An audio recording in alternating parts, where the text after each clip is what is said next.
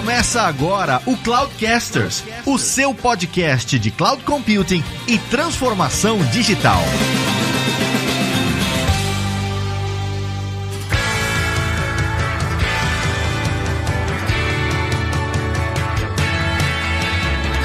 Olá pessoal, aqui é o Fabrício Sanches e esteja desconfortável. Olá pessoal, aqui é Lázaro Alves e mapa de valor is the new oil. Olá, sou Roberto Prado, vice-presidente de engenharia de soluções da Salesforce América Latina. É um prazer estar aqui com vocês hoje para falar sobre transformação digital.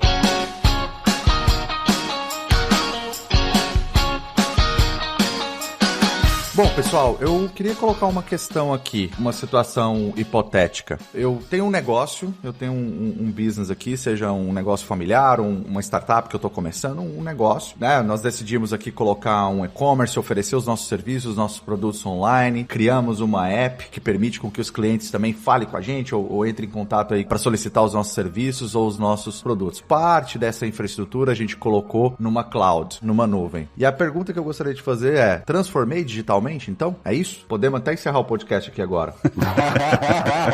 Eu estava pensando bastante sobre esse nosso bate-papo hoje, né? Transformação digital. Fui dar uma caminhada aí de manhã e bem aqui por perto, tá? Não tô saindo de casa. Tava de máscara e tudo mais, e aí fiquei pensando, né? Falei, cara, quanto tempo a gente já fala de transformação digital, né? E eu lembro que até algumas apresentações que a gente faz, assim, o pessoal até fica te olhando, fala, puta, de novo, né? Vai falar de transformação digital? Já ouvi falar sobre isso, já fiz a lição de casa, né? Já que temos o e-commerce, já temos a app, já temos tudo. Mas me parece que esse é um processo que a gente não termina, né? E talvez isso signifique que a gente tem que incorporar na nossa cultura, né? Na cultura da nossa empresa, seja ela pequena, média ou grande, esse apetite pela inovação. O que eu estou chamando aqui de apetite pela inovação? Se eu fiz a lição de casa e tenho, por exemplo, um e-commerce funcionando, estou conseguindo operar online, tudo bem? Como é que eu dou o próximo passo, né? Como é que eu começo a criar experiências personalizadas, como é que eu começo realmente a colocar o cliente no centro e a usar as informações com segurança, com privacidade, né? A gente tem uma regulamentação vindo aí, LGPD, quem é que está pronto para ela? Então, ainda que eu tenha feito a minha lição de casa nos últimos anos, no que diz respeito à transformação digital, é certo que eu vou continuar tendo trabalho, seja para me adequar a uma regulamentação, como é o caso do LGPD, seja porque os meus concorrentes, porque o mercado virá com outras tecnologias ou outras formas de usar a tecnologia disruptivas. Eu sempre costumava colocar na minha apresentação assim sobre o tema da transformação digital, que eu dizia assim, transformação digital, a arte do possível. E até fiz essa palestra no RD Summit o ano passado e dali saiu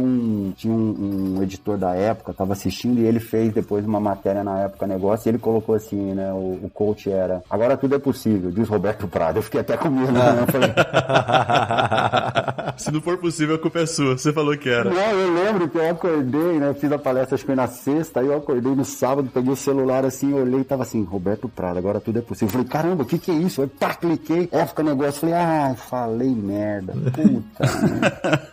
Aí eu fui ler a matéria, ficou super legal, ele descreveu super bem. E lá eu falei exatamente sobre a gente olhar para a tecnologia que já existe, está disponível, é muito mais acessível, né? A nuvem democratizou muito a tecnologia e olhar pensando no cliente no centro, né? Então, quando a gente fala do design thinking ou de outras técnicas para a gente poder inovar, colocando realmente as pessoas no centro, essa jornada da transformação digital, na minha opinião, ela não termina nunca, né?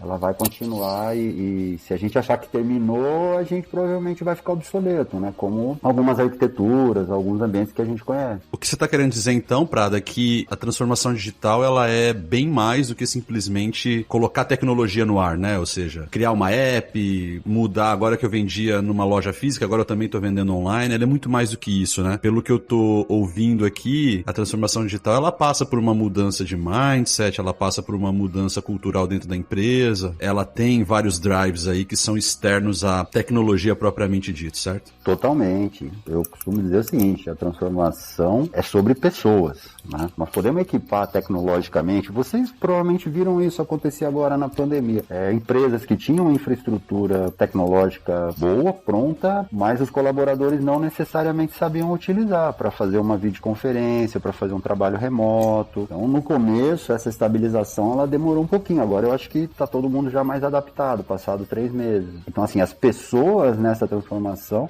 são chave.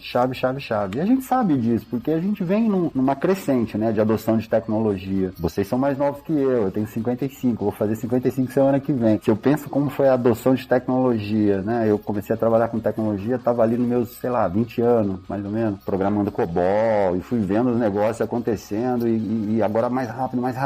Então, a adoção da tecnologia, ela sempre foi uma crescente. E sempre, pelo menos na minha experiência, sempre teve resistência. Sempre, isso aí eu concordo. É porque gera desconforto, né? Gera desconforto, cara. E um dos que mais gera, eu acho, assim, e eu não tô dizendo que não é pra gerar, não, eu tô pensando no lado humano aí da coisa, é porque a gente se sente ameaçado, né? Sim. É o novo, vai tirar o meu emprego, eu não sei mexer, é difícil, eu sempre fiz assim, né?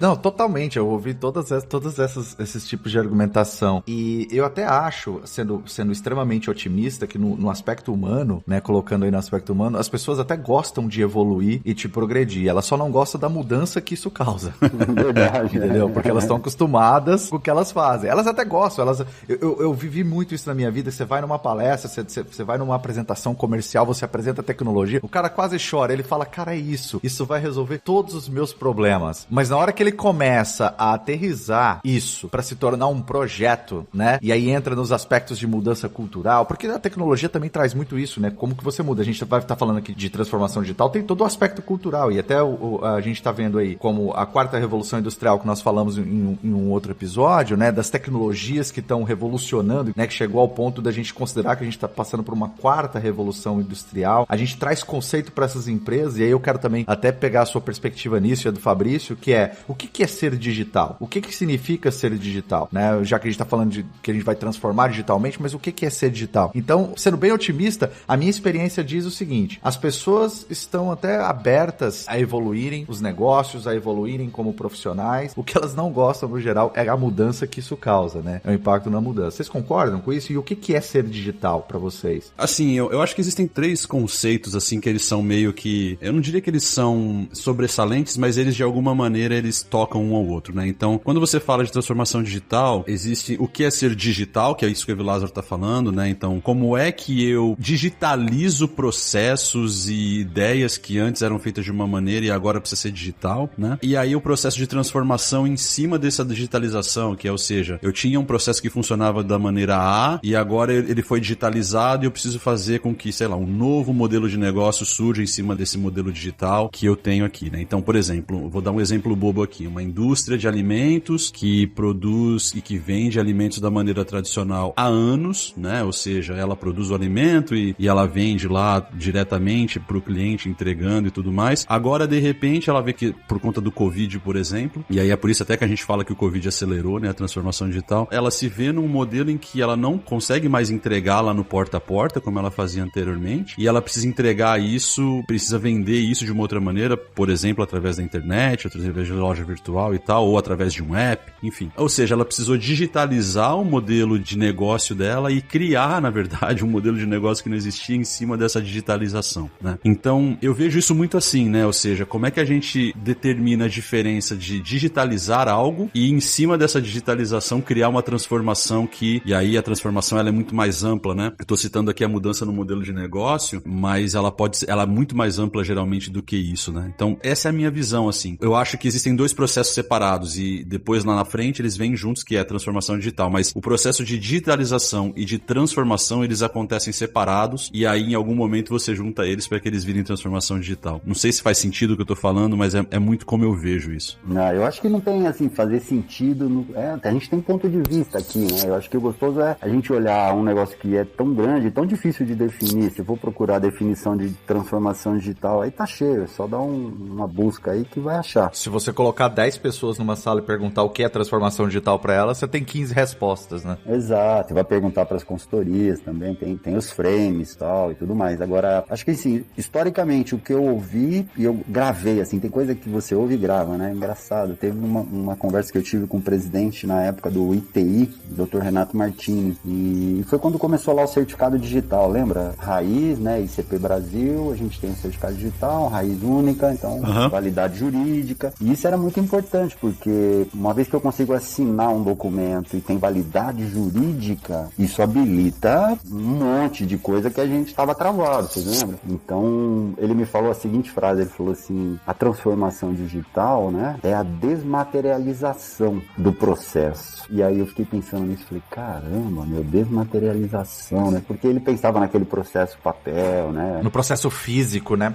O processo físico, ele falou, é a desmaterialização. Então eu acho que a gente passou por essa fase em muitos lugares, ainda tem muito lugar por fazer, naturalmente, então a gente desmaterializou muita coisa. Só que quando a gente fez esse trabalho, em muitos casos, eu acho que a gente fez isso as is, né? Fizemos como a gente costuma falar em tecnologia, lift and shift, né? Pegou aqui o processo e levou ele digital, sem ter, talvez, uma preocupação aí com o cliente, o que poderia ser melhorado e tudo mais. Então, talvez a gente não tenha transformado digitalmente. E, ao mesmo tempo, no entorno, a gente foi vendo empresas trazendo serviços usando tecnologias digitais que resolveram problemas complexos, ou que resolvem problemas que estavam aí, para todo mundo ver e ninguém fazia nada. Claro, a tecnologia ficou mais acessível, a nuvem habilita a gente fazer coisas incríveis, mas quando eu olho os problemas que a gente já resolveu nos últimos, 5 anos, só para não ir muito longe, com aplicações, com inteligência artificial, integrando sistemas, criando interfaces naturais, né, por voz ou por texto, que seja, com mensageria, olha quanta coisa a gente resolveu. Então, acho que assim, o ser digital, me parece que é você conseguir incorporar no seu negócio, ou até na sua vida pessoal, capacidades digitais. Então, se a gente olhar para o negócio, pega um negócio, a gente conseguisse tirar uma foto do negócio, um raio-x, né, aí a gente ia ver um monte de caixinha, assim, de capacidade, né, capacidade para vender, capacidade para entregar,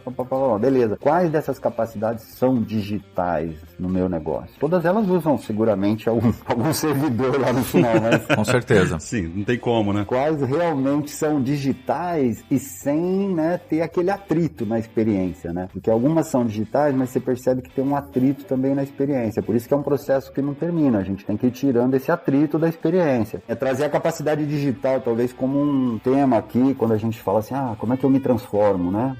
Procura olhar quais são as suas capacidades digitais versus, olhando para a indústria, olhando para os seus concorrentes, para você ter uma referência, né?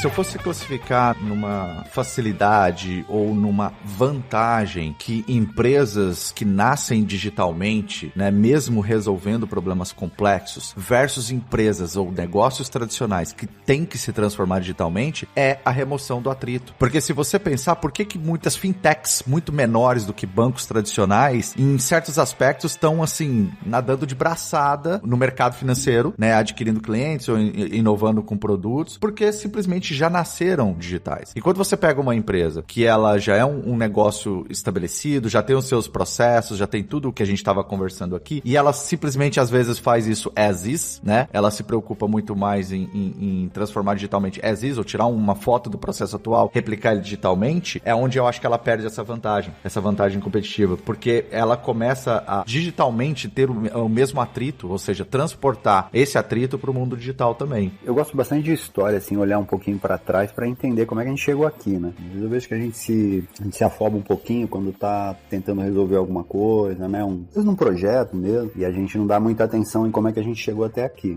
Mas isso aqui, não quero saber como é que a gente chegou aqui, não. Eu quero saber como é que a gente chegou aqui. Quero entender, porque as coisas não estão aí. A história do jabuti, né, velho? Jabuti não sobe em árvore, mano. Se o bicho tá lá é porque alguém pôs. É isso. Então deixa eu entender o que é isso. Às vezes o cara fala, tem um sistema aqui velho, legado, que não sei o que, blá blá blá, e você fala, tá bom, vamos tentar entender. Por que ele tá aí? Não, porque isso aí, cara, ele liga num torno mecânico e tem uma RS-232 que só funciona nessa máquina, velho. É um DOS, um clipper e tem uma rotina em C aqui que conecta numa DLL. Mano, é isso. Ninguém quer pôr a mão nisso, cara. E o core business da empresa tá ali, né? Ninguém quer pôr a mão nisso, entendeu? Por quê? Porque, tá funcionando, a minha máquina opera, se eu mexer, eu não sei o que vai dar, não tem mais suporte e tudo mais. Então, eu gosto de entender o que tá acontecendo, como é que a gente chegou até aqui E aí, como é que a gente vai para a próxima casinha, né? Também não tem Big Bang, vamos lá. Essa história do cara, né? Eu tô separando novamente aqui o que você falou. Quem nasceu na nuvem, ok. Então o cara, sei lá, ele começou hoje. Vamos começar uma fintech, nós 3 aqui. Pô, vamos? Vamos, mano, é uma má ideia.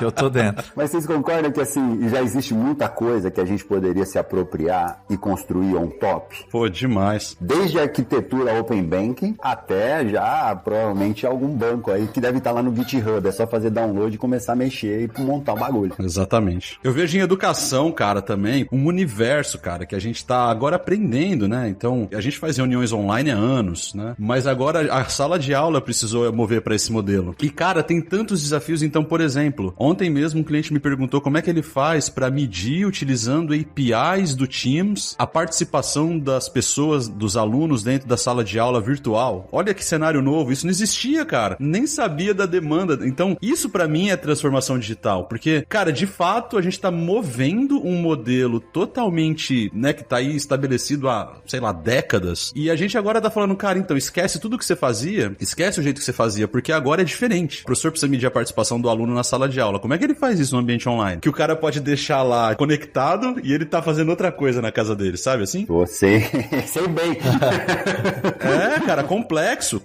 Então, por exemplo, eu vou exigir que o aluno abra a câmera, né? Beleza, eu posso fazer isso, mas e como é que fica a questão da privacidade? Eu posso fazer? Então, cara, é um universo muito novo. E, de fato, eu tô vendo isso muito na indústria que eu trabalho, que é a indústria de educação, mas igual vocês estavam falando aí de fintechs, eu tenho certeza, cara, que existem gaps gigantescos em qualquer área da indústria que você pega pra analisar aí, né? Com certeza.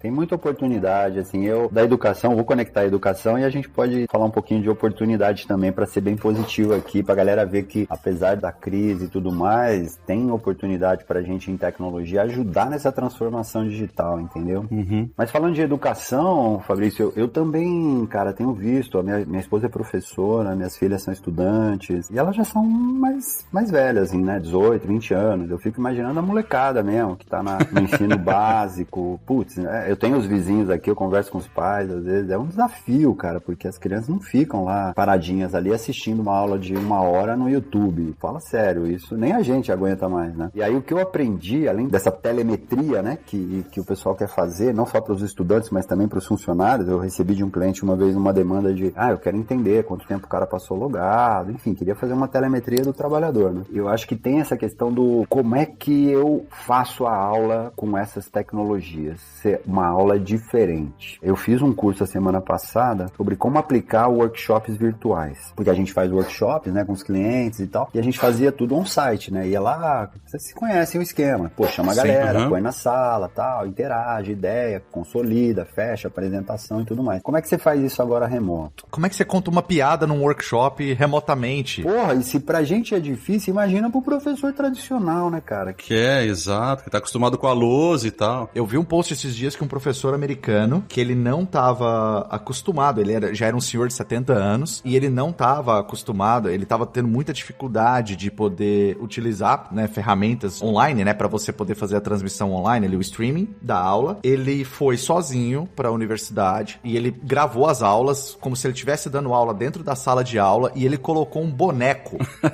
Isso é verdade, cara. Um boneco do Pinóquio sentado na frente dele porque ele não se sentia confortável em falar para o nada.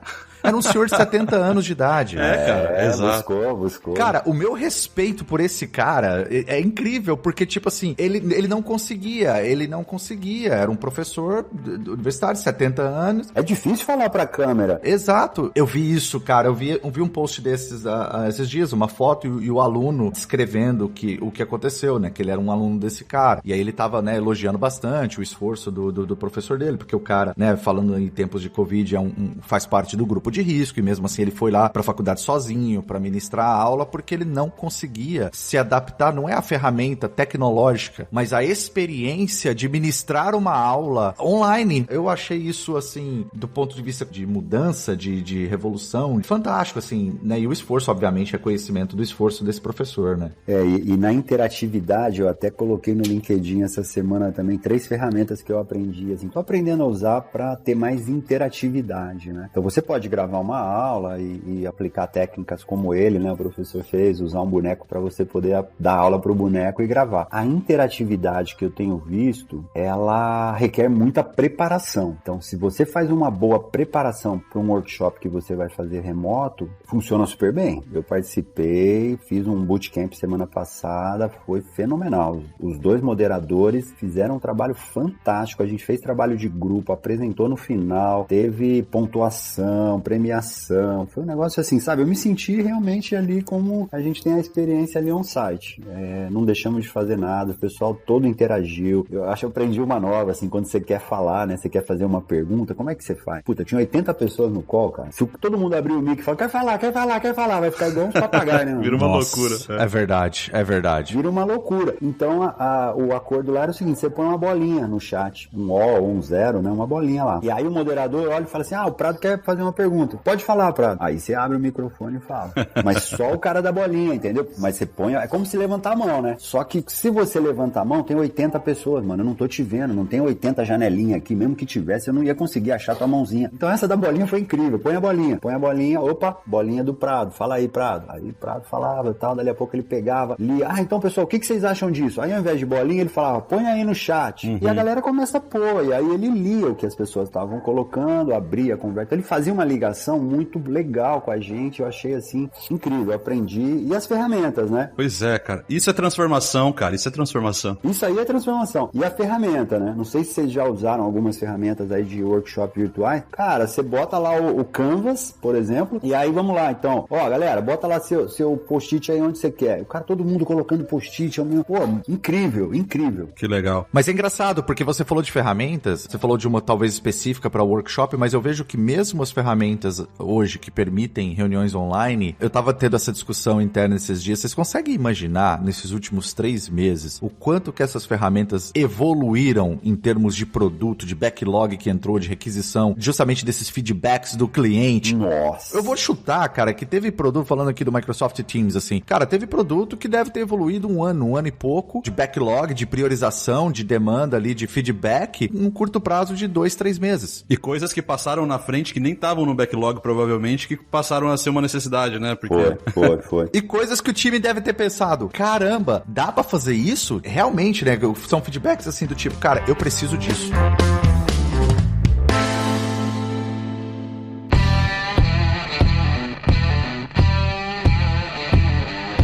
Mas olha que interessante, né? A gente tá falando de tantas coisas aqui, e aí exemplificando, o Prado colocou um exemplo que eu acho que é perfeito pra falar dessa transformação, né? Porque você pega, por exemplo, uma das coisas que a gente fala de transformação é mudança de mindset. Então, ou seja, a gente falou aqui do professor, né? Pegando o exemplo de educação, como que esse cara tá tendo que praticamente reaprender a dar aula, né? E como controlar uma turma num ambiente virtual pra garantir que todo mundo participe e ter a certeza de que tá todo mundo entendendo o que tá sendo passado ali, né? Então, olha a mudança de mindset tanto pros alunos quanto pros professores nesse contexto. A questão de utilizar tecnologias modernas, né? Então, o Prado acabou de citar aí a evolução, e o Evi Lázaro também, das plataformas e dos sistemas, né? Ou seja, cara, só é possível ter esse tipo de coisa com as tecnologias que a gente tem hoje, com as ferramentas de programação que a gente tem hoje, com a cloud, porque se não fosse assim, você não consegue colocar 80 pessoas aí, igual o Prado falou, num ambiente virtual, interagindo em tempo real e criando visões e alterando um canvas em tempo real ali. É só por conta disso que a gente consegue hoje, porque a gente tem tecnologias modernas, né? E a mudança do modelo de negócio, né, cara? Então, assim, tá implícito isso, mas o modelo que as universidades, as escolas, as empresas como a Salesforce, como a Microsoft, o Google e outras, como elas vão fazer negócio daqui pra frente, vai mudar, porque você tem um novo modelo de consumo. É um modelo remoto, é um modelo que precisa ir onde as pessoas estão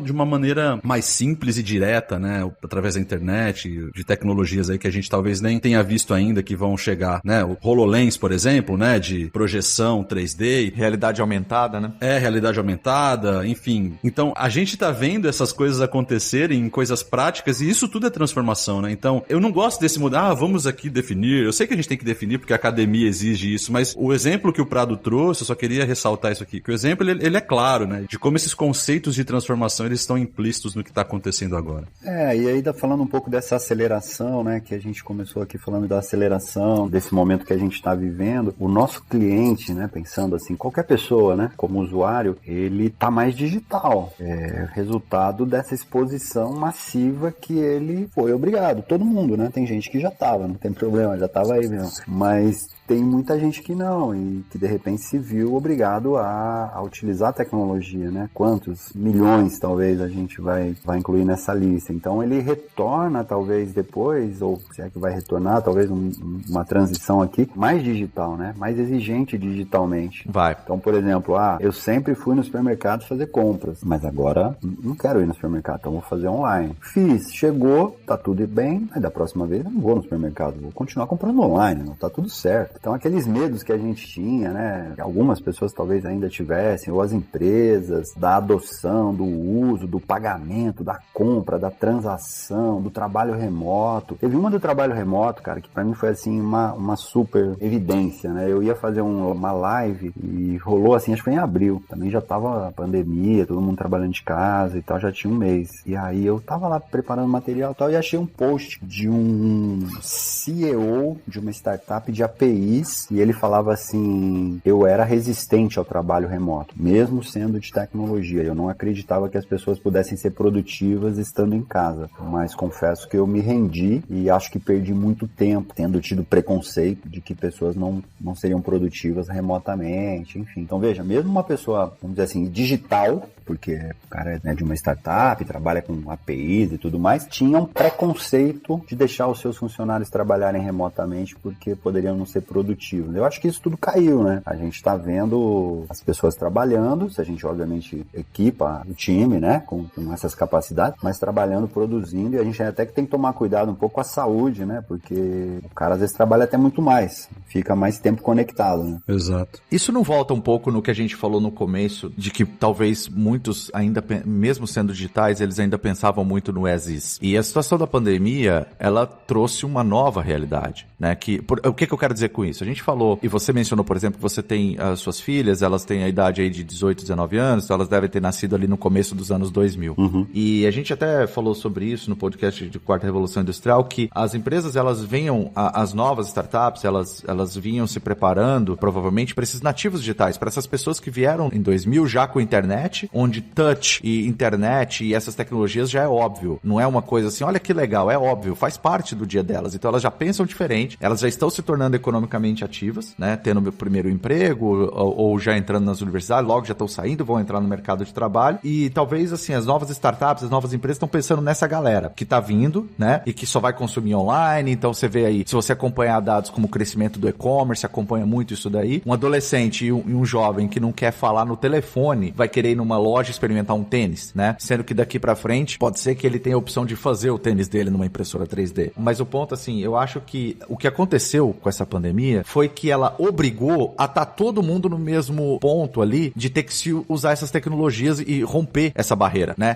Tem aquele que rompeu de forma mais fácil porque ele tá mais jovem, já é um nativo digital, e tem aquele, como você mencionou, que estava enfrentando uma resistência, mas que agora ele teve que fazer. E é por isso que eu me baseio em algumas conversas, eu falo, cara, que eu acho que talvez a gente acelerou aí a transformação do digital das empresas em alguns anos, né? Com a situação que foi gerada no mundo, com toda essa crise. Qual que é a opinião de vocês em cima disso? Tem um ditado antigo, popular, que diz assim, o que não tem solução, solucionado está, né? Porque o cara falava, não tem solução, trabalho remoto, a rede é ruim, o cara vai distrair, e não sei o que, então não, tem que ir pra casa, vai todo mundo pra casa. Aí tá lá o cara, né? E aí, mano, como é que tá aí? Tá aqui, tá tudo certo, tô trabalhando. Mas tá tudo bem mesmo? Tá, tudo bem, tô trabalhando. Então, assim, não tinha solução, né, velho? Tinha que ir pra casa, todo mundo. Então vamos adotar. Então foi bruto mesmo, não é que foi fácil, não tá sendo, né? Não, tá sendo extremamente difícil. É difícil para as pessoas trabalharem assim, não é fácil, porque tem o contato social, tem... a gente lembra da nossa rotina, assim, a gente ia pro trabalho, mas parava na padoca, comia um pãozinho, né? Toma um cafezinho, encontra o cara no corredor. Toca uma ideia de futebol.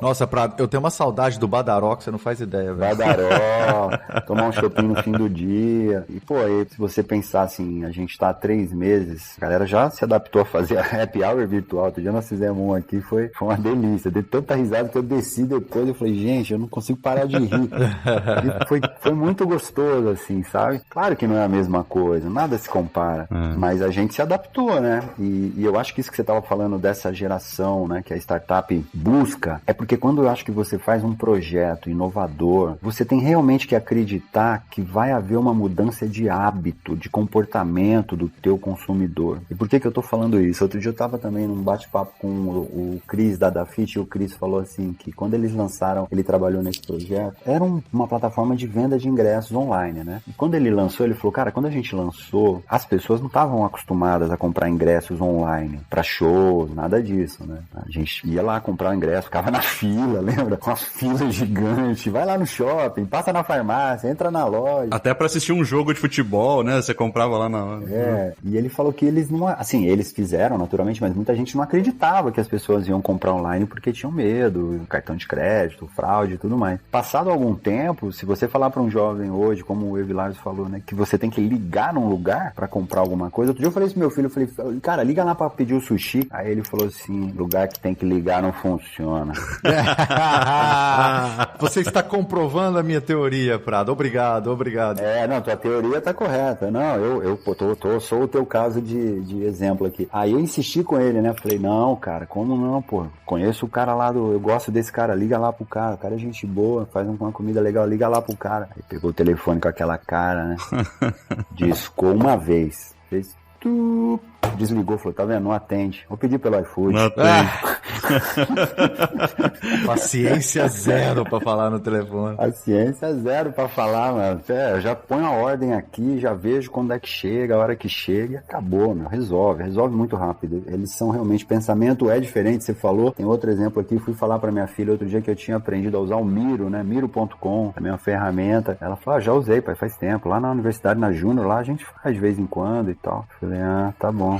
Pra quem não conhece, Prado, o que é essa Miro.com? A Miro, ela permite justamente que você faça esses canvas em equipe, ela tem vários templates, tem uma biblioteca grande de... Vamos fazer um plano de trabalho, nós três aqui, né, pra próxima semana. Você puxa um template, ele fica como num dashboard assim, e aí a gente vai interagindo. E aí ele tem várias ferramentas ali. Então vamos começar por essa atividade, aí você puxa, não, vamos mais pra cá. E a gente interage em tempo real, e eu vou vendo o que você tá fazendo, você vai vendo o que eu tô fazendo, e imagina a gente num quadro branco, colocando as nossas tarefas, ordenando as tarefas. É bem dinâmico, chama Miro.com. Muito legal. Poxa, interessante, não conhecia. Não, pois é isso que eu tô dizendo. Você vai conversar com a galera, às vezes eles te falam, não, essas ferramentas a gente já usa. Não, pô, isso aí eu já conhecia. Então eu aprendo muito com eles, meu. Sempre vem coisa nova, né?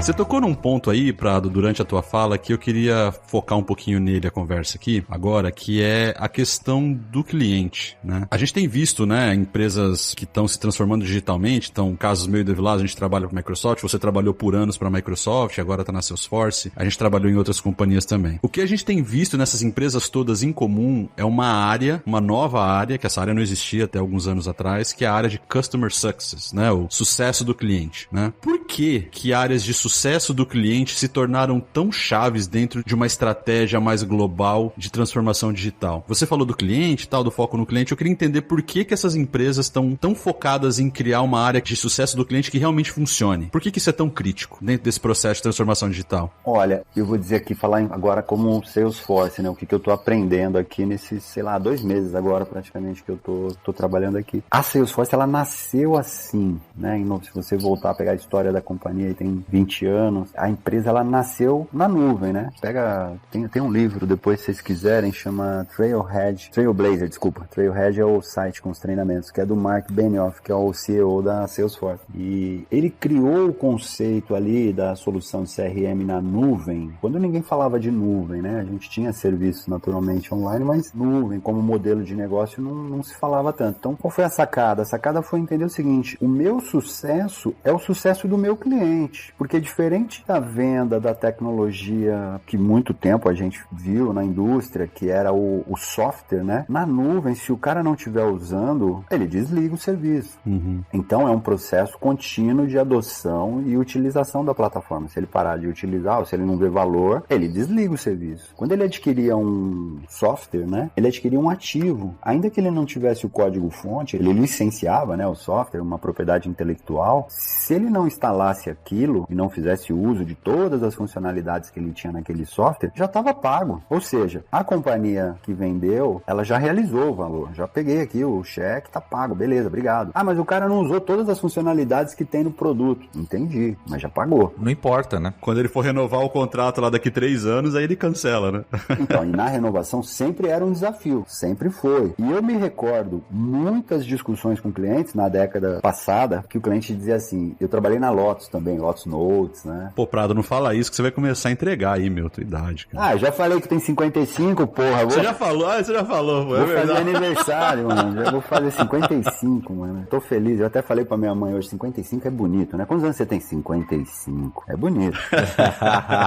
O cliente, ele falava assim, não, eu quero pagar pelo que eu uso, né? Como assim pagar pelo que você usa, mano? Ah, eu compro tudo isso aí, mas eu só uso uma parte. Não, mas não tem opção, velho. A SKU é essa aí, mano. Tem que comprar essa aí, mano. Esse é o modelo de negócios e pronto, e acabou. Esse é o modelo de negócio de todo mundo e é assim que funciona o mercado. E aí, vocês sabem disso. Por muitos anos o negócio foi aí. Quando vem a nuvem, que obviamente oferece um novo modelo de negócio, que é legal pro cliente, o cliente fala, legal, eu pago pelo uso. Ótimo, ele paga pelo uso. Então, eu que sou o fornecedor, preciso garantir que ele usa. Então, o sucesso dele é o meu sucesso. E não somente usa por usar, né? Que ele use corretamente. E tem valor, e tem valor para ele. E aí, se você pensa no cliente do seu cliente, que também consome um serviço dele. Então, se a gente está falando que tudo está virando serviço, talvez isso, Fabi, seja talvez a grande motivação do Customer Success, né? Porque a gente fala da jornada do cliente, né? Eu pego o cliente desde o momento que ele entra na minha página e começa a buscar um produto, mas aí de repente ele para no meio daquela pesquisa e vai fazer outra coisa. Aí ele resolve mandar um WhatsApp para minha central perguntando do mesmo produto, né? Como é que eu amarro essas coisas para dizer para ele, ah, não, a gente viu que realmente você está interessado nesse produto. Ah, mas como é que você viu? Então você está invadindo minha privacidade? Exato. Então você também tem que ter cuidado aí para, né, até onde você pode ir, como é que você faz alguma coisa que não é agressiva, né, que está dentro de um marco regulatório de proteção de dados. Eu realmente acredito que o modelo de nuvem e o modelo de serviços, ele impulsionou o tema do Customer Success. Sim. Faz todo sentido. Eu acho que impulsionou muito. E aí que eu vejo que quando a Salesforce começou, se você perguntar lá, o nome da nossa área de serviços é Customer Success. Não é Professional Services. Eles são Professional Services, mas é Customer Success, né? O trabalho deles é garantir o sucesso do cliente. Não, e o Fabrício mencionou, né, que a gente tá na Microsoft e tal, e eu tô como Cloud Solution Architect, e eu tô dentro de uma organização de Customer Success. Embora seja uma role, uma função técnica, mas meu principal objetivo é garantir o sucesso do cliente utilizando as tecnologias, entregando as melhores arquiteturas, fazendo com que aquele cliente entenda, porque quando a gente fala de nuvem, né, e aí eu mudo, né, para TI por consumo, né, tecnologia por consumo, eu vou pagar por uma conta no final do mês, então como que ele usa isso corretamente, como que ele usa bem, como que ele se beneficia disso. E é impressionante como que muda realmente o foco, né, e o quanto que você passa a fazer parte das discussões estratégicas do cliente, porque você de fato está ajudando ele a ser bem sucedido, não somente, vou te dar um treinamento aqui, não, é por que você quer, qual vai ser o impacto disso pro teu negócio, mover esse workload ou esse produto que você tem ou esse ambiente que você tem para a nuvem, como que eu vou te ajudar a acelerar aí a sua jornada, né? E isso é muito realidade, isso é muito verdade, porque eu vivo isso no meu dia a dia. Isso é interessante, Vilosa, que você falou, porque na prática o que o pessoal dentro de uma área de Customer Success faz é um post-sales, né? Ou seja, depois que o cara comprou, a gente trabalha com o cliente para fazer ele usar a tecnologia da melhor maneira possível, né? E para garantir o sucesso dele, utilizando as tecnologias que ele acabou de contratar. Isso é um pós-vendas, né? Um pós-vendas que tem que ser eficiente. É só uma nova maneira de fazer com Customer Success, né? Mas o que eu quero mencionar aqui é a importância do skill nesse contexto, né? Porque, por exemplo, você é um Cloud Solution Architect, eu sou um Cloud Solution Architect, o Prado tem uma posição mais executiva, mas a gente tem uma coisa em comum entre todos nós aqui, que é, a gente faz parte de um grande motor, né? Que cada um tem a sua engrenagenzinha ali, mas a gente precisa fazer o cliente, no final das contas, usar aquela tecnologia que ele contratou da melhor maneira possível. E aí os skills, eles são críticos, na minha opinião. Os skills das pessoas, né? né? Porque muitas vezes a gente é levado a pensar, então eu vou dar o meu exemplo aqui, pessoal, de, eu sou um cara técnico, eu tenho que ajudar o meu cliente a fazer deployment. Se eu estiver fazendo qualquer outra coisa fora de deployment, scriptar, codar e fazer o ambiente funcionar, tá fora do meu job description, eu não vou olhar para isso. Mas na verdade, se a gente entendeu como funciona Customer Success, na verdade, isso extrapola um pouco esse limite, né? Na minha visão, né? Então eu acho que, sei lá, como o Evlázaro acabou de mencionar, às vezes, você tá numa mesa ali conversando com o CIO, discutindo a estratégia de adoção de cloud do cara, né? E tá tudo ok fazer isso, porque no final das contas, o CIO também não tem todas as respostas, né? Então ele tá se apoiando também um pouco na sua experiência com outros clientes para dizer para ele, olha, cara, talvez você tenha esse ponto de atenção aqui, esse ponto de atenção acolá. Então o meu grande ponto aqui é, já para puxar uma conversa de skills de quem trabalha nesse modelo de transformação digital, no final das contas, você precisa fazer o que precisa ser feito para garantir que a transformação ocorra. E não necessariamente você precisa estar preso no seu job description. Obviamente que o seu job description, o RH vai fazer alguma coisa ali pro seu job description, porque ele precisa meio que centralizar a conversa, né? E dizer, olha, é isso que você faz. Mas no dia a dia, e é por isso que eu quis trazer também esse ponto de Customer Success, porque no dia a dia, cara, para fazer o cliente ter um sucesso na jornada dele de transformação, você precisa ir além, né? Você precisa ir além muito frequentemente para ajudar. Isso é a beleza, eu acho, porque é aí que você se desenvolve também como profissional, né? Então você desenvolve outros skills que vão além dos técnicos e o cliente se sente mais confortável em ter você como um trust advisor ali para falar para ele, putz, cara, talvez isso aqui não seja o melhor. Ao invés de você fazer o deployment dessa VM, cara, que vai consumir mais nuvem, se você fizer um deployment de um servicinho aqui, XPTO, você vai ter a mesma experiência, vai gastar menos. Enfim, coisas desse tipo. Não sei se eu tô viajando demais aqui, mas eu vejo uma ligação muito clara da importância dos skills com esse processo todo de sucesso da jornada do cliente. Eu estava pensando e também estou aprendendo aqui com o meu time de arquitetura, né? E é bem legal ver as conversas, porque uma das coisas que a gente está fazendo aqui nas discussões é mapa de valor. E eu me recordo de muitas reuniões que eu tive com os executivos. É claro, a gente fala muito com TI, é natural, mas o que significa falar com um negócio, né? A gente fala assim, tem que falar com o negócio, tem que falar com o negócio, qual que é o impacto pro negócio, qual que é o impacto pro negócio, etc. Então, assim, eu acho que um skill que a gente poderia começar a avançar mais, e quando eu digo a gente, pensando no profissional de TI, de uma maneira bem geral, é a gente aprender a fazer o chamado mapa de valor. Quando chegar lá no servidor, que nem você estava falando, vou provisionar um servidor assim assado, eu sei por que eu tô ligando esse servidor aqui. E aí, conectando no que o Evlázio estava falando, a expectativa do cliente hoje é que a gente ajude ele a reduzir a conta de nuvem, né? O cara me chama lá, às vezes, não é para aumentar a conta, ele é para fazer mais com o que ele já tem lá, às vezes até reduzir a conta, né? Principalmente se uma conta está indexada em dólar, ele tá buscando, sei lá, sair para um modelo em reais, alguma coisa assim. Mas essa história que eu estava falando de mapa de valor, a história é a seguinte, se a gente imaginar que para toda empresa, lá no topo, tá um negócio chamado valor pro acionista, né? Ou pro dono da empresa, né? Então, valor pro acionista. E aí, ele pode fazer isso aumentando vendas, reduzindo o custo, melhorando a produtividade ou colocando novas capacidades estratégicas. E aí, se a gente fala assim, então vamos trabalhar em produtividade. Legal. Produtividade, ele pode trabalhar na produtividade do funcionário, do time de IT, do time de serviço, do time de vendas, do time de marketing, do time de RH. Tá bom, vamos trabalhar na produtividade do time de IT. Bacana. Então, a gente pode melhorar a eficiência do time de IT, a gente pode aumentar os ativos e garantir que a gente está compartilhando melhor os ativos da tecnologia. E se a gente falou isso, tá bom. Como é que a gente mede? Cara, tem que melhorar o percentual de produtividade dos developers. Aí, como é que a gente faz isso? Com uma plataforma. Qual plataforma? Cara, o servidor que nós vamos instalar, entendeu? Faz total sentido para... Então, a gente precisa, assim, profissionais de TI em geral, a gente precisa entender que esse é o flow na cabeça do executivo, né? O CEO, o COO, até mesmo do CIO. Quando o CIO está sendo demandado lá para colocar uma nova infraestrutura em place para resolver algum tema, se a gente olhar duas casinhas para trás, a gente vai ver que volta aqui, ele está querendo melhorar a produtividade, melhorando a produtividade, ele entrega mais valor para o acionista. É isso. Prado, eu acho até que o Fabrício vai concordar comigo. Isso faz tanto sentido pra gente, porque, de novo, embora a gente tá numa role técnica, o Fabrício, por exemplo, tem muito contato com o CIO do cliente dele, eu tenho contato contato com o CIO, porque a gente está envolvido nessas conversas. E eu lembro que antigamente a gente falava muito de solution selling. E solution selling tinha muito aquela questão do 9 blocks, né? E que você ia fazendo, não vou dizer mapa de valor, mas que você ia chegando na raiz do problema, e muitas vezes a raiz do problema era de negócio, não era um problema técnico, né? Que você tinha, de fato, que resolver. Então, para quem tá ouvindo esse podcast aqui agora e se interessou mais sobre essa questão de mapa de valor, né? Eu me incluo nessa conversa. Como que esse cara pode buscar um pouco mais sobre isso? E o que ele deveria fazer? Olha, no caso da Salesforce, a gente tem uma plataforma bem legal, chama Trailhead. E olha, eu falo bem legal porque eu vou dizer, fazer treinamento online não é uma coisa que todo mundo gosta. E no caso da plataforma, ela é bem divertida, ele cria trilhas, né? E existem trilhas lá no Trailhead, se a galera quiser acessar, trailhead.com, ensinando a fazer isso. Existe muito material na internet, né? Se a gente procurar, certamente a gente vai encontrar muitíssimo material. Pensa sempre mapa de valor. Eu aprendi isso até com um cara que eu considero muito, que é o Pio, né? O Pio uma vez me ensinou, eu cheguei para fazer uma apresentação, um monte de slide, um monte.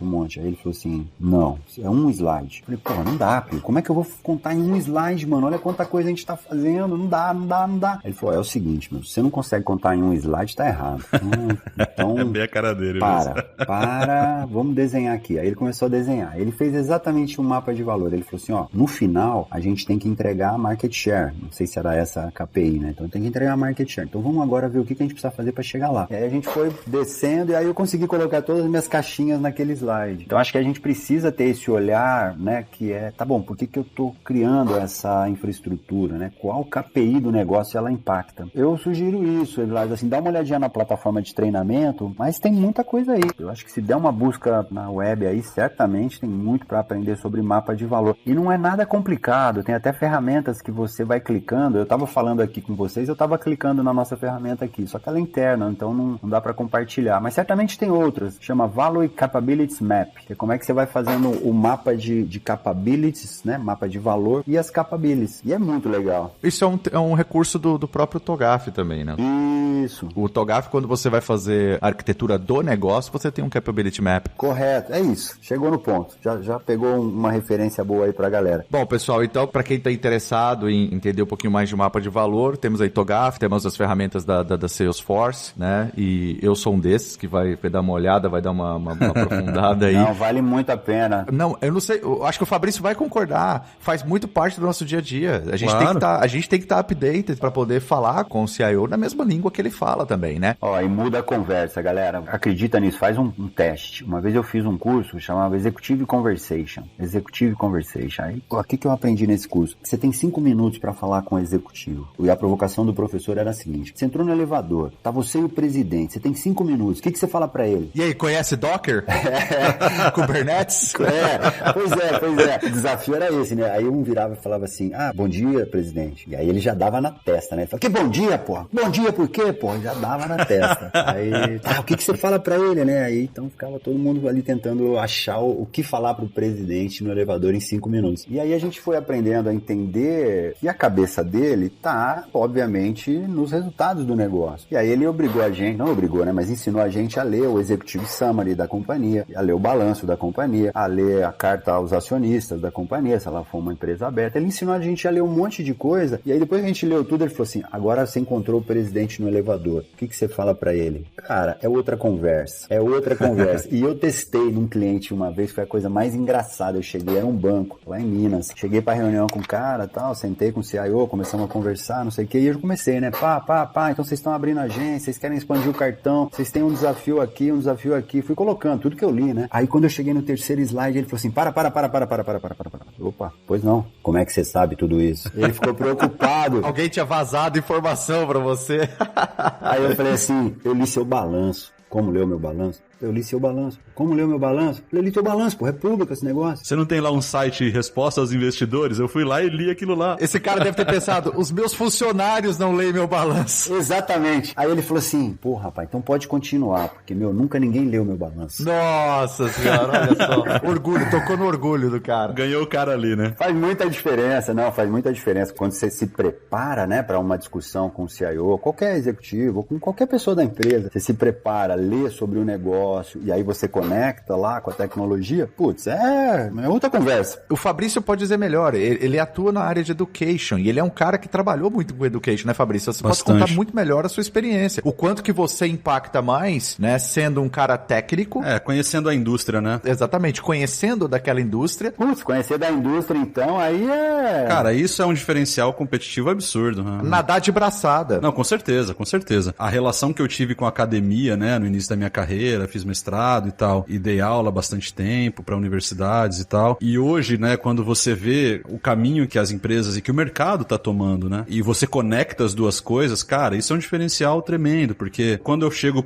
vou dar um exemplo aqui, tá, para um pesquisador, né, e eu falo, cara, puta, o jeito que você tá fazendo pesquisa pode ser melhorado 10 vezes se você for pra nuvem, né? Ah, mas como assim? Então deixa eu te mostrar como é que eu faço processamento paralelo hoje aqui na nuvem da Microsoft. Eu faço assim, cara. Aí eu pego lá uma transformada de Fourier, um algoritmo lá que eu escrevi na época que eu fazia mestrado, coloco pra rodar em paralelo, quer dizer, o cara terrível, o cara fala, caraca, pô, esse cara sabe o que ele tá falando. Ele vê o mundo dele, cara. Ele vê exatamente o cenário que ele enfrenta. Esse cara realmente sabe como é processamento paralelo e sabe qual é o desafio do pesquisador, entende? Isso cria empatia e aí a coisa muda, né? Eu acho que você tava falando de skills, né? Eu acho que esse é um skill que a gente precisa trabalhar muito, nós de tecnologia. Ou se a gente quiser especializar numa indústria, é excelente. Isso é fantástico. A gente realmente precisa de pessoas que conheçam profundamente a indústria. Não tem nada igual. Quando você é da indústria, a conversa é outra. Você conhece profundamente aquele negócio. Mas independente de conhecer profundamente um negócio, a gente precisa conhecer negócio. Sim. Por que a empresa existe, né, cara? Qual é o problema que ela resolve, né? Qual que é o problema que ela precisa resolver, o mais urgente, né? E fazer uma priorização. Eu acho que essas técnicas e são fáceis de aprender, não é que é ciência de foguete, né? Por exemplo, arquitetura. A gente fala arquitetura, fica todo mundo já meio assim, nossa, mano, o cara é arquiteto, velho. Exatamente. Fica todo mundo já meio assim, né? Aí, ontem eu tive um call também com um executivo nosso que lidera o time de arquitetura nos Estados Unidos, né? E foi muito legal, assim, cara, gente boa. Ele começou assim, ele falou assim, deixa eu te explicar por que a gente precisa de um arquiteto. Eu falei, opa, vamos lá, chefe. Ele falou assim, é o seguinte, ó, antes era simples, tinha 2, 3 produtos, você comprava esse, punha lá para fazer um trabalho, comprava o outro, punha lá. Agora, com a quantidade de produtos que a gente tem no portfólio, com a quantidade de produtos que a gente tem na plataforma, ficou mais complexo. Então, conseguir fazer com que você tenha clareza entre o que nós oferecemos, como isso resolve um problema do cliente, uma prioridade do negócio, exige uma metodologia que nós arquitetos temos. Sim. Faz todo sentido. Como conectar tudo isso? Como isso se relaciona? Como conectar tudo isso, exatamente. Porque o especialista, que é super crítico também aqui, ele vai entrar profundamente numa daquelas caixinhas da nossa arquitetura. Então, eu preciso de um cara especialista em integração. Sei lá, vou pegar o GAFA da MuleSoft lá. O GAFA destrói ali. Mas peraí, eu também preciso de um cara de dados. Legal, então vou pegar um cara de dados. Percebe? Quando você olha na arquitetura, quantos caras você vê? Você vê um monte. O cara da segurança, o cara de dados, o cara da integração, o cara de aplicação, o cara de mobile, o cara de CMS, e aí vai. E eu acho que o arquiteto, ele é o cara que consegue juntar tudo isso e ao mesmo tempo conectar com a área de negócio no sentido do resultado, né? Quais as KPIs a gente vai impactar se a gente fizer esse movimento?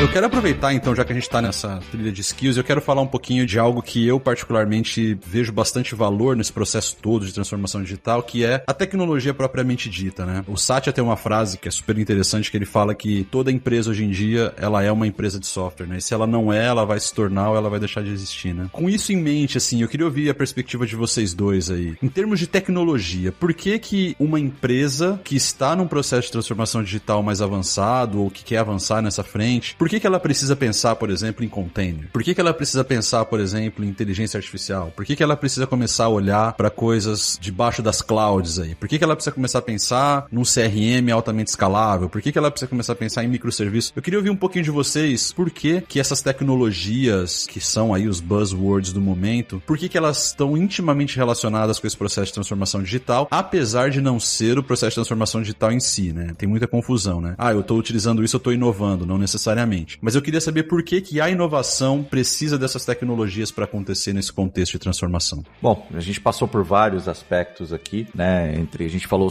muito sobre a expectativa do cliente, né? Que está mudando, e por essa expectativa do cliente está mudando, isso, né, muda a forma com que eu entrego valor para esse cliente. Se eu mudo a forma com que eu entrego valor para esse cliente, significa que eu vou ter que, em alguns cenários, disruptar, né, trazer inovação. Essa inovação hoje, ela é muito baseada na quantidade de dados que eu consigo coletar desse cliente, ou né, da jornada desse cliente, ou da experiência que ele tenha, avaliar esses dados e jogar isso dentro da jornada. Vamos colocar da jornada do cliente, como que eu vou transformar essa jornada do cliente. E quando a gente olha do aspecto de tecnologia, aí você falou containers, ou microserviços, ou DevOps, eu acho, principalmente pegando aí DevOps, a parte de, como o Satya falou, toda empresa vai se tornar uma empresa de desenvolvimento de software. Significa que as empresas precisam entender como faz produto de software, como faz software, porque isso agora é a realidade delas. Então, novos skills, novos profissionais, tipos de profissionais começam a fazer parte dessas empresas, como um gerente de produto, e aí ele vai pensar em design thinking, como que ele vai trabalhar a jornada do cliente, ou como que ele vai priorizar que feature vai entrar num determinado produto ou não. Eu vou precisar de ter um desenvolvedor, um cara que vai fazer o código, vai compilar esse código. E aí, tentando até relacionar com o que o Prado falou sobre mapa de valor e tudo mais, muitas dessas tecnologias têm algo em comum, que é a entrega de valor para o negócio de forma rápida, né? Atender a demanda no negócio, né? O que eu quero dizer com forma rápida? Pô, se eu hoje me beneficio de cloud, utilizando containers, com metodologia de desenvolvimento igual DevOps, e eu uso inteligência artificial de uma forma mais democrática, significa que eu consigo entregar esse produto, esse software, ou esse produto digital, vamos falar dessa forma, mais rápido para o mercado, atendendo a demanda de negócio. Seria assim que eu acredito que o porquê que essas tecnologias, elas são hoje as principais tecnologias que a gente fala quando a gente fala de transformação digital. Eu complemento aqui para contribuir, volto no tema da arquitetura, né? Então eu vou falar assim, o que é uma arquitetura moderna hoje, né? Se a gente fosse desenhar uma arquitetura moderna, e aí a gente coloca as tecnologias ali, tá? Vou falar de 4 coisas que eu vejo numa arquitetura moderna. Ela tem que ser capaz de permitir que eu, na minha empresa, no meu negócio, consiga rapidamente construir soluções e conectar plataformas cross-industry. Ou seja, eu tenho que ser um cara que domina o mundo das APIs. Eu preciso conectar com o cara do pagamento, eu preciso conectar com o cara da logística, eu preciso conectar com o banco, eu preciso conectar com todo mundo. Então, a plataforma, ela precisa ser um ecosystem, vamos chamar assim, né? Ela precisa ser uma plataforma que permite uma habilidade de integração com o ecossistema para construir soluções muito rápido. A segunda coisa da arquitetura é que ela tem que permitir que eu realmente personalize a experiência do cliente. Então, aí a gente vai para aquela história de ter uma base única de clientes, né? De ter um ID único para o cliente, para eu conseguir entregar uma experiência no contexto e não oferecer pro cara um sapato e ele tá comprando comida. É um negócio, né, fora do contexto. Tem que ser uma arquitetura que permita que a adoção das capacidades que a gente está trazendo sejam altamente adotadas e rápido. E tem que ser uma arquitetura que escala. E aí, Fabrício, voltando no teu ponto, essas tecnologias que você falou, containers, etc., elas, para mim, elas plugam aqui na arquitetura, entendeu? Então, quando você fala assim, eu preciso ter uma arquitetura moderna, eu não sei se eu preciso ter containers, eu preciso ter uma arquitetura moderna. E se para essa arquitetura moderna o melhor é usar containers para eu ter escala, pô, legal. Então containers vai estar aqui na minha... Mas percebe, eu volto no tema da arquitetura, porque senão eu acho que o risco, e a gente obviamente observa isso em muitos lugares, eu vou empilhando tecnologias e vou criando, cara, e cria mesmo, você sabe, na nuvem agora, a possibilidade de combinações que o developer tem, ou que o DevOps tem, é quase que, 1 milhão de possibilidades o cara tem lá dentro, né? De fato. E ele cria, o cara é criativo, ele vai mandando pau, vai criando, e bota um negócio aqui, um negócio pra lá e tal, e vai, e é rápido, né? A área de negócio que é rápido, Agile, toma aqui, vai embora. Dali a pouco você olha, a gente começa a encontrar os muros, né? Puta, esse negócio aqui não escala, esse negócio aqui a galera não adota. Ficou muito complexo e tal. Ficou complexo, isso aqui, eu não consigo integrar, pra integrar vai ter que parar, não sei o quê. Então, não é fácil, porque todo mundo tem legado, né? Como a gente falou aqui. Então, quando você chega numa empresa, a gente não chega numa empresa falando assim, desliga tudo aí, que eu vou te dar um negócio novo aqui que é bem melhor e esquece o passado. Não é assim que funciona, né? Você tem que olhar e falar, bom, isso é o que eu tenho, né? Tá bom. Isso é o que seria uma arquitetura moderna desejável, com as melhores práticas de indústria, né? que também é outra coisa importante. O que a indústria está fazendo, né? Tá cheio de modelo de arquitetura de indústria aí, tá cheio, não falta. Então, pô, sei lá, se eu sou um cara de varejo, eu tenho meu negócio, tenho minha arquitetura técnica, eu posso prospectar uma arquitetura referência, olhar para minha arquitetura atual, olhar para a arquitetura de referência e falar, cadê o gap? Onde é que tá o gap? Ah, legal, tem esses gaps aqui. Ah, então tá bom, como é que agora eu caminho na direção dessa arquitetura que seria, né, o meu sonho de consumo ou o meu desejo como visão para minha jornada? Eu acho que é um pouco isso que eu tô aprendendo, sabe? E eu vejo que quando eu falo assim pros clientes, converso assim com os clientes, eles se interessam muito, eles querem fazer. Nem todo mundo tem desenho de arquitetura assim, eu quero chegar lá. E mais, né, como é que essa arquitetura vai impactar a minha KPI lá do negócio? É isso, esse é um ponto crítico, Só fazer arquitetura e vai ficar bonito, vai ficar moderno, cara, beleza, filho, vou vender quanto mais? E muita gente não tem esse desenho porque também criou-se uma resistência de que, tá bom, eu ter esse desenho, ele se torna desatualizado muito rápido, né? Então eu vou lá, faço todo o desenho da minha arquitetura, dá 1, 2 semanas, ela já não representa mais 100% do que é a realidade daquele cliente ali também, né? Então você move muito rápido também. Concordo, muda bastante, mas os grandes blocos, você concorda? Eles deveriam estar lá, né? Sim, a principal referência. Um budget de integração, por exemplo, né? Sim. Estava conversando com um cliente outro dia, por onde a gente começa e tal. Falei, posso dar uma sugestão? Sou novo aqui, mas cara, vamos resolver a camada de integração, porque se a gente resolve a camada de integração, aí pra cima o céu é o limite, porque o legado vai continuar lá, não adianta, não consigo tirar aquele cara dali. É um encanamento, né, cara? Depois você constrói tudo por cima.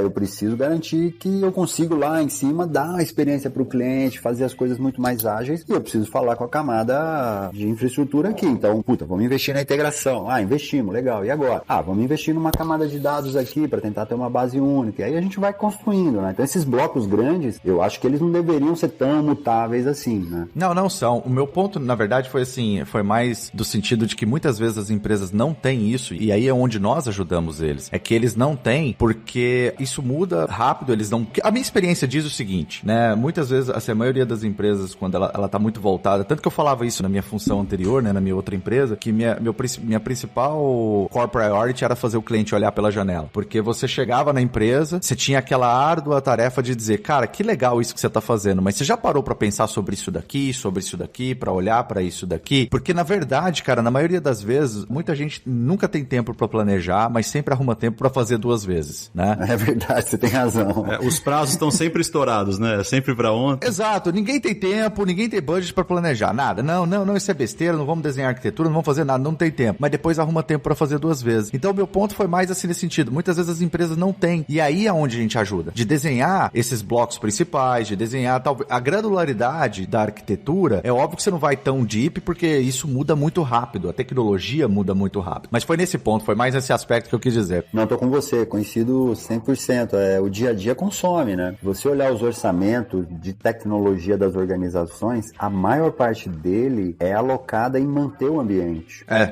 Eu lembro que tinha um estudo do Standish Group que falava que 75% era alocado para manter. Como é que você inova com 25%? Pois é, uma parte muito grande. Então, quando a nuvem chega como opção, uma das propostas era, vamos diminuir o que a gente hoje precisa gastar para manter o ambiente, porque tem muita coisa de infraestrutura aqui que a gente vai passar para a nuvem, e vamos conseguir ter mais caixa para investir na inovação, fazer novos projetos. Então, meio que muda um pouco o dinheiro, né? CAPEX, OPEX, um pouco dessa discussão também que está aí na mesa o tempo todo.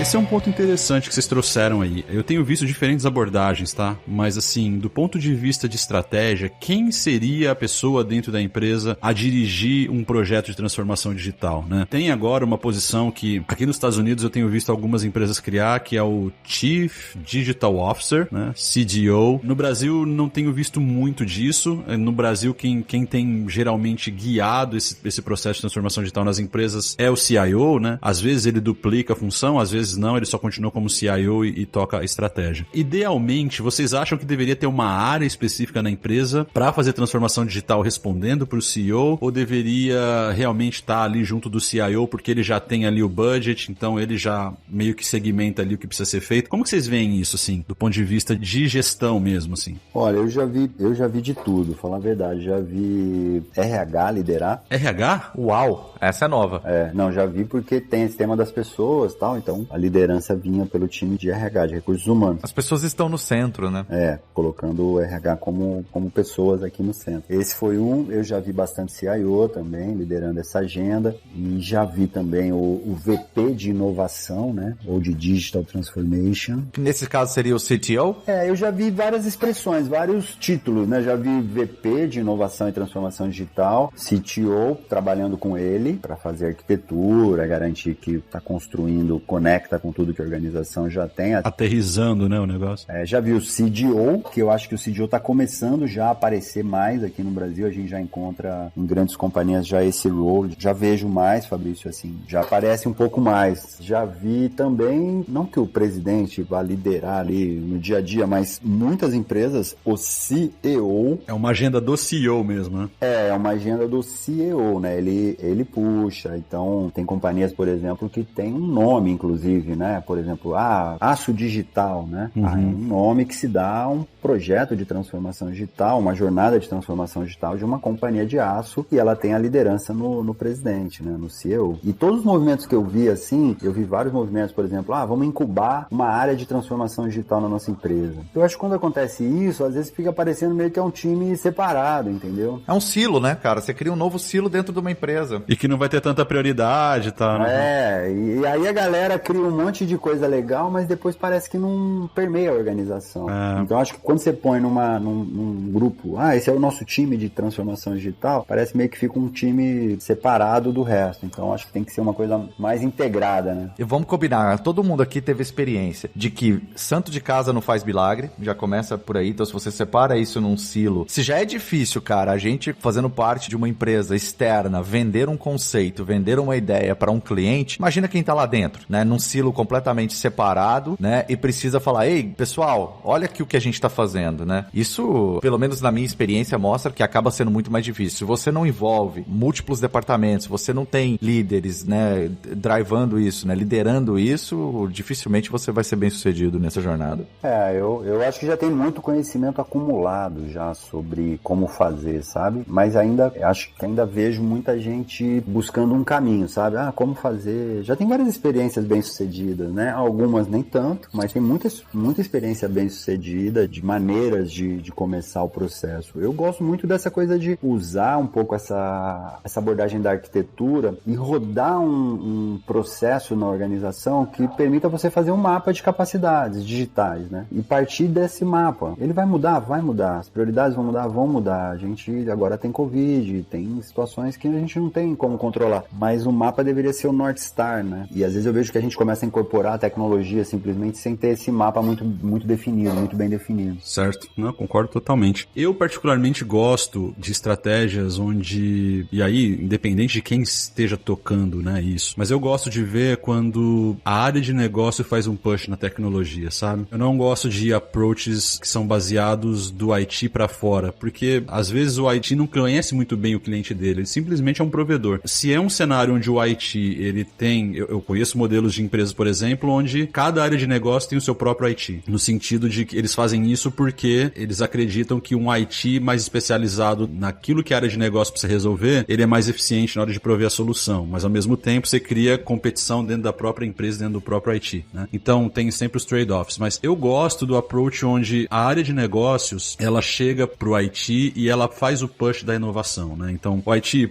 olha só, eu vou pegar o meu exemplo de educação, que é o meu dia a dia aqui. Então eu preciso de uma integração lá no meu LMS, LMS é a sigla para Learning Management Studio, eu preciso lá de uma integração com o Facebook no meu LMS, porque assim eu consigo comunicar mais rápido com os meus alunos, por exemplo, né? E aí isso chega, a demanda chega pro IT. Então o IT, eu preciso entregar essa integração rápido, né? Como é que eu faço isso? Tem várias maneiras, né? Um approach interessante poderia ser um microserviço que poderia entregar um valor mais rápido daquele ponto de vista de integração, né? Então eu gosto desse approach. E aí, seja quem for o líder, seja o CIO, seja o CTO, o que eu gosto de ver é quando a estratégia de transformação digital, ela vem de fora para dentro e não de dentro para fora. Eu acho que isso apresenta uma sinergia maior com o que o mercado está pedindo, porque afinal de contas você está centralizando o teu approach no cliente, no final das contas, e ao mesmo tempo isso vai drivando inovação. É óbvio que existem elementos aí no meio, várias variáveis, como o Prado mencionou agora há pouco, que fazem diferença para um lado ou para outro, mas eu gosto mais desse modelo. Eu já vi modelos de onde o IT é quem faz faz o push da transformação digital, e aí, né, tem várias estratégias ali no meio de como você comunica essas mudanças internamente, parará, mas eu gosto mais de quando eu vejo a área de negócio fazendo o push da inovação e o IT se ajustando e se digitalizando e se inovando. Acho que a Microsoft é um grande exemplo disso, né, de como ela fez transformação digital de fora para dentro, né? Então o IT vai aprendendo a trabalhar e entregando as ferramentas para a área de negócio. E aí quem dirige essa estratégia, acho que no final das contas é o que menos importa, né? O que mais importa é a importância que essa agenda tem que ter dentro da empresa e qual é o fluxo que ela acontece, né? Não, sempre que você tem uma sinergia, e eu vi muitos CIOs fazerem isso, né? Pegar uma pessoa do time da tecnologia e colocar na área de negócio para trabalhar lá. E aproxima muito, né? Eu fui analista de suporte técnico do Banco do Brasil, mais de 10 anos. E eu percebi, a gente trabalhava no mainframe, né? No CPD ainda e tal. Então, muito centralizado, a tecnologia muito... CPD.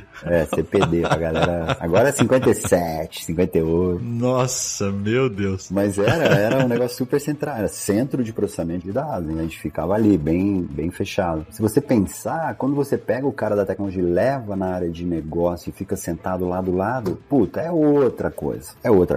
E eu me lembro que como eu era lá no banco, né? No Banco do Brasil, onde eu trabalhei, como eu trabalhava com microinformática e o pessoal trabalhava com mainframe, na microinformática eu tinha muito mais facilidade de fazer alguma coisa para as áreas de negócio, porque eu ia lá e fazia em DBase, fazia em Clipper, rapidinho fazia alguma coisa. O mainframe tinha toda uma rotina, não era, você não ia chegando lá no mainframe e colocando um job novo para rodar, não é assim, né, mano? Agora no PC, velho, nós quebrava tudo, mano, dava boot, fazia o que tinha que fazer e pá, saiu o relatório em ordem alfabética.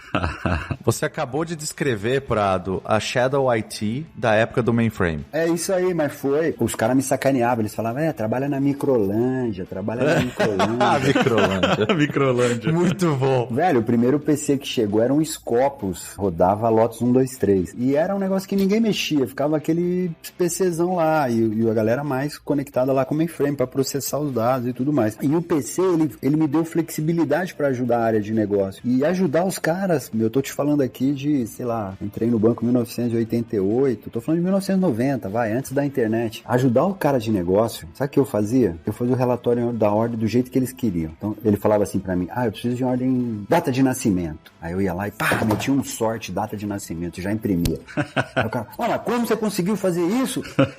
Mano, tranquilo aí, pô. Não, te juro, vocês estão rindo. Aqui é caveira. Aí é caveira, meu. Por quê? Porque a máquina me permitia fazer isso. Eu tinha flexibilidade, eu rodava. Eu me lembro uma noite, eu era da compensação de cheques, né? Eu batia cheque lá, carimbava cheque na madrugada e programava de dia pra ganhar uma grana. E aí deu um pau lá na compensação, tinham feito um sistema em Clipper pra apurar lá o fechamento, né? E chegou quase de madrugada lá, o chefe desesperado. Porra, velho, não fecha, não bate. Eu falei, pô, chefe, o que foi aí? Esse programa aí, computador, não bate, né? Fazia tudo na mão antes. Entrou o computador, não bate, agora não bate, tá dando diferença, não posso fechar a comp, agora tem que trocar os malotes, não sei o quê. Como é que faz, pro chefe? Posso dar uma olhada aí na parada? Não, o que você sabe disso aí? Pô, chefe, sou programador aí, trabalho fora do banco aí, sou programador, mas se quiser deixar eu dar uma olhada aí, então vai lá. Aí eu fui lá, abri o banco, marretei a porra do número, falei, quanto é que você quer que dá? Como assim? Não, quanto é que tem que dar no relatório, porra? Tem que dar 1.500.000, então vai dar 1.500.000. Então vai dar 1.500.000. Os números sobre tortura falam o que você quiser. Arrematei lá e saiu porra no relatório, enrolamos tudo. Bateu, chefe? Bateu. Passa amanhã na minha sala, preciso falar com você. Olha aí. Aí eu voltei no dia seguinte, ele, como é que você fez aquilo? Eu falei, chefe, eu tenho que falar a verdade. Eu abri o arquivo lá e marretei, pô. Você queria o relatório, você sabe qual é a diferença. Então anota a diferença aí. Agora, você quer liberar o malote, quer liberar os 20 carros que estavam aí na frente? Tá aqui o relatório, pô. Marretei essa porra. Aí ele, tá bom. Vou te mudar de lugar. Você vai vir trabalhar de programador aqui. A revelação desse podcast, Roberto Prado é o precursor da Shadow IT.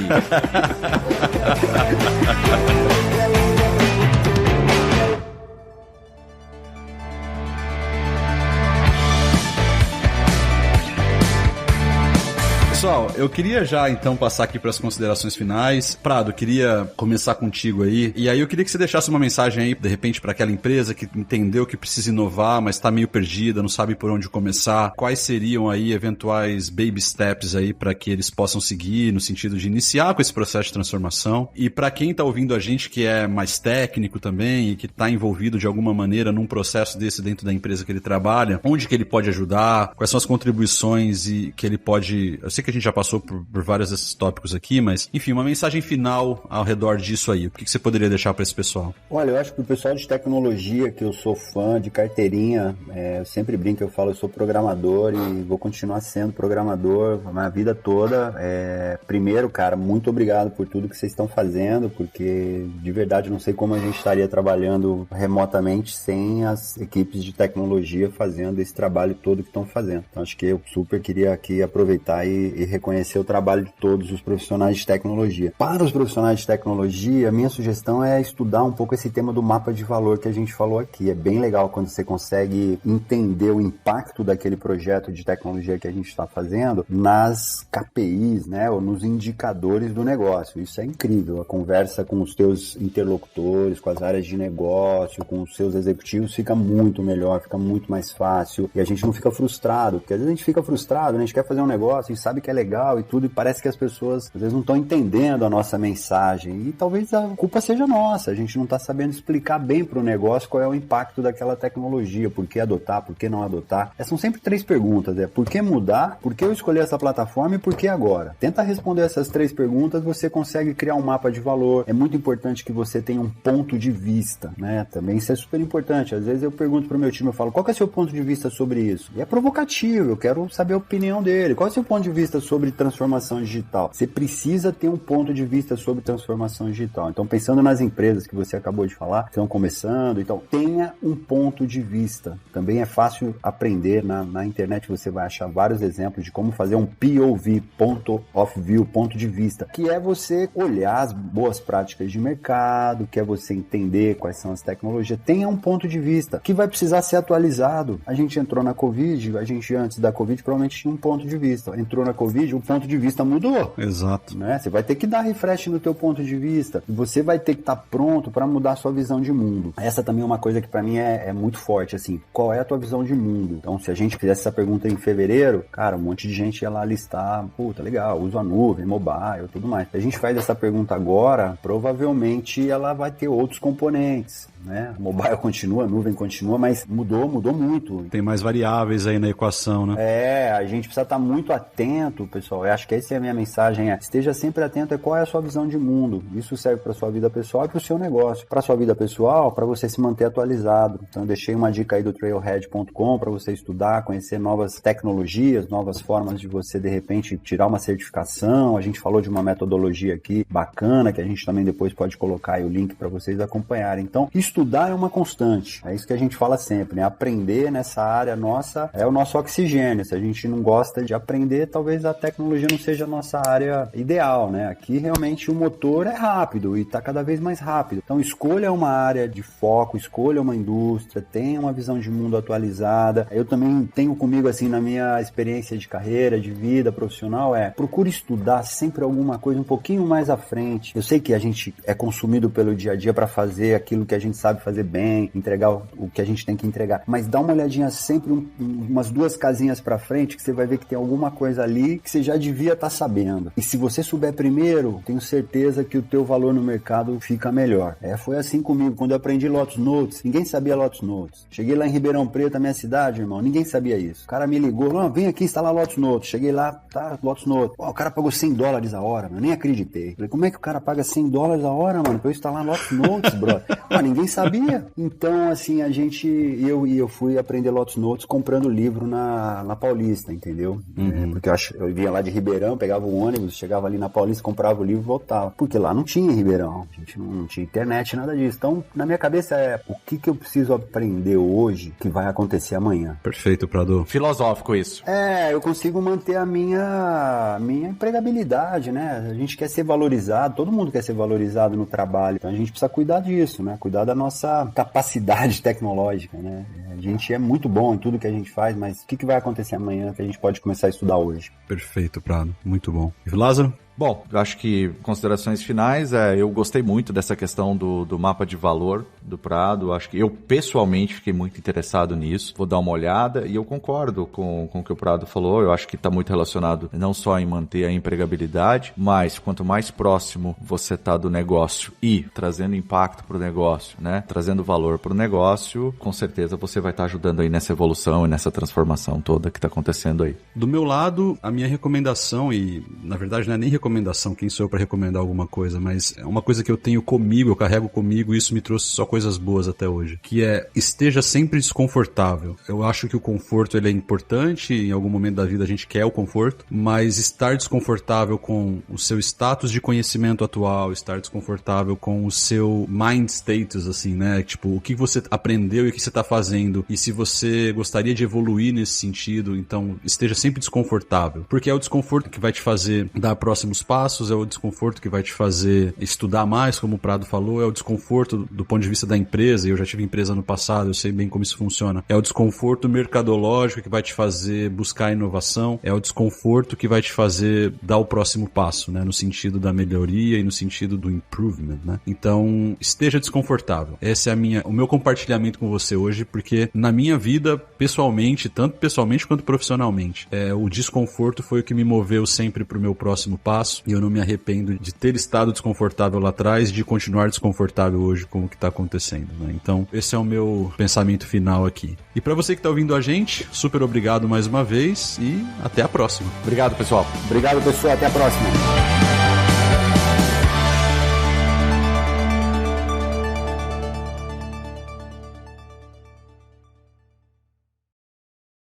Este podcast foi editado por Radiofobia, podcast e multimídia.